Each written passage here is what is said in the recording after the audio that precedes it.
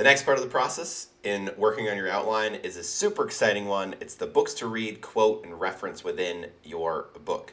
So the first part of this process is to make a list of books that are similar to yours. I have 17 here. You can do it in any way that you like. I think one of the best methods is to go on Amazon and just type in a book that you know is similar to yours, and then you're going to get recommendations from there. And pretty quickly you should have a list. You can even Google this. You can find other people that have written blog posts and recommendations on books within your niche and within your genre, hopefully tackling similar content to what you have. Doesn't have to be exactly the same. As you can see on here, I have these two books at least are more writing books, and then there's books that are how to write a book proposal, a little bit different, still in the nonfiction realm. And then there's straight up books that start writing your book today, how to write a book, write a must read. At least these first three are very similar to the types of content that I'm going to be sharing in my book. And this can be helpful. So this can be helpful for two different reasons. First of all, is the next step we're going to talk about below, and to see what customers liked and didn't like about those books. And secondly, probably even more important, is to generate a reading list for yourself before you write your book. So for me, I like to read at least 10 books, at least, that are on this list. Like, I will actually go and take and read these books because I want to be knowledgeable in this realm as much as I can. And I want to be able to share references and quotes and things that, and thoughts and other potential action plans and tips and all of that stuff that other writers have made, and hopefully, if I like the book, even recommend it at the end. So this book, Snow Leopard, really enjoying reading it so far. About halfway through, will most likely recommend this book as an additional reading. You know, I want my book to be not a replacement for any of these necessarily, but I want it to just be another book, another part of what can help people. You know, I hope it will become a great addition to a list like this someday.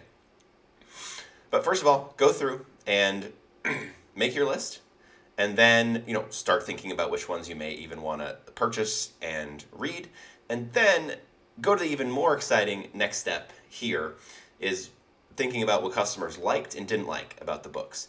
To find out what they didn't like, let's click on this that I have linked. I have the Amazon link to the books page in every one of these, just so I can have quick access. But let's look at this one, because I want to show you where to find it and then also what to look for when you're looking through these ratings. So you're going to be on the page, you're going to click on ratings, and then you're going to scroll down here into the See All reviews. And then we're going to look at all critical reviews. So as you're looking through this, you want to start to identify themes that people are referencing in their reviews of these books. Now, there's going to be some reviews that you can just forget. There's a lot of reviews people say, the book came and it was torn in half, or it was a weak version of the paperback. Something. Just completely ignore those. You don't need to put any of that down, because that doesn't matter. That's just going to happen. What you're looking for is where people say things like this. Now, I found this when I was originally searching through this and doing this for myself, and I was like, wow, this is what I'm looking for. It's when people say things like this. So in this review, this guy gave it 1 star, very unhappy with the book, but he gave us gold here. He said, I was hoping for information about how to organize sources, maybe tips for managing research notes. You know, he added that. And then he said, you know, this is what it was instead. It just wasn't that. So that can be truly useful. Yes, it's a one-off situation. Rich A just wanted this information, but this can potentially help us, and I even put that in the book outline. I added that in there. Let's just see. I just added it in as a quote that it came from there. You know, he wants more organization and managing research. Honestly, that's something I had in my notes. I had something about citations, but really didn't think, I wasn't thinking, man, people really need help with this part of it. Even just thinking about the research end. And I went and added that to my brainstorming section, which we haven't got to yet, but I do want you to jump around. You know, this is not a course where I want you to guess step by step, but as you start to think about things, please do jump around, jump into this next section. And this is just an open list of brainstorming possible topics that we're going to eventually sort out later. If things like that come up, please go to that section and start adding those. Don't feel like you need to do this all yeah, it's great to do it step by step in some ways so that you can make sure you hit everything. But with what I shared, like with the title and thinking through your thesis, you always want to be jumping around, especially within an outline, especially once you move to these stages. Feel free to do that. Um, so yes, so customer reviews. Yeah, you're looking for things that stood out. So you're going to look through all the books. This is what I would recommend. I did this for all 17 books. I looked through this. Yes, this process took me a couple hours.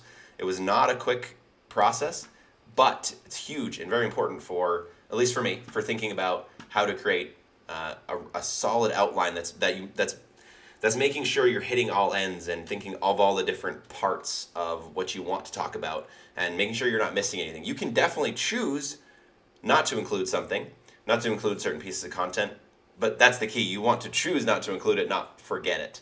If you get some kind of review where someone says, I wish it had this, and you're like, oh, actually, I should have put that in there. Might be an oversight, but if you choose not to put it, obviously that's totally fine, but that's going to help you start here. So as you do this section, hopefully things will start to expand. Maybe you'll even think of other title ideas from these. Maybe it'll help you iron out your thesis. Or you can just skip right to the brainstorming possible topics section and start adding things in there. When I was doing this for myself, I did a lot of that. I added a lot of stuff. And then as you're going through, you can add what they appreciated as well. You can see that just in the general reviews. Skipping back to just all the positive reviews. You don't have to look through all of these because there's going to be way more positive reviews than there are negative.